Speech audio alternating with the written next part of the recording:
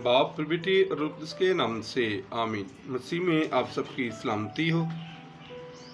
आज हम साल के दौरान सातवें हफ्ते के बुध की तिलावतों पर गौर करते हैं और आज 22 मई है और पहली तिलावत मुकद्दस यकूब रसूल का ख़त उसके 4 बाब में से ली गई है।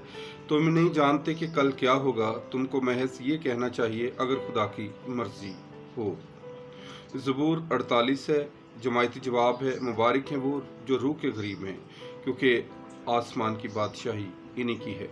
नारा हम्द है, खुदा फरमाता है, राह हक और ज़िंदगी मैं हूँ, कोई मेरे वसीले के बगैर बाप के पास नहीं आ सकता।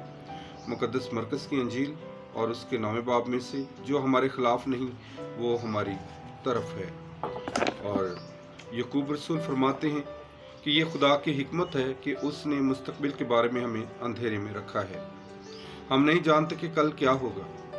हम कुछ नहीं करने या बनने के बारे में अपने इरादों को नहीं जानते हैं, लेकिन हज़ारों बातें हो सकती हैं जो रुकावट बन सकती हैं।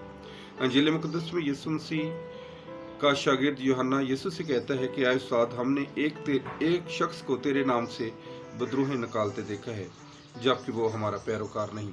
तब यीशु ने कहा, उसको कतन मना ना करो, क्योंकि ऐसा कोई नहीं जो मेरे नाम पर मौज़ा करे और जल्द मुझे बुरा कह सके।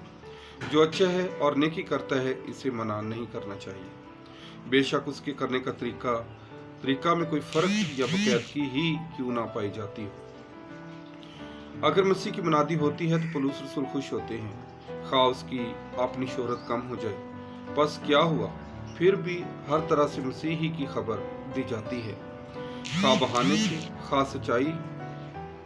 और पौलुस रसूल कहते हैं कि मैं इसमें खुश हूँ कि मसीह यीशु की अंजील की मुनादी हो रही है। फिलिपियों 1:17 में जो लोग शराकत रखने में अलग लेकिन शैतान के खिलाफ जंग करने में मुतहिद हों, उनको अपनी तरफ ही समझना चाहिए, क्योंकि जो हमारे खिलाफ नहीं वो हमारी तरफ है। मसीह और बलजबूल के माबीन लड़ाई के बारे में यीशु ने कहा था, जो मेरे साथ नहीं वो मेरे खिलाफ है।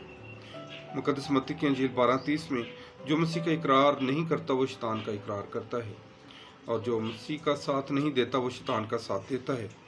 मगर जो मसीह का इकरार करते और उसकी पैरवाई करते हैं, खा वो हमारे साथ शरीक ना हो, तो भी वो हमारे खिलाफ नहीं बल्कि हमारी तरफ है।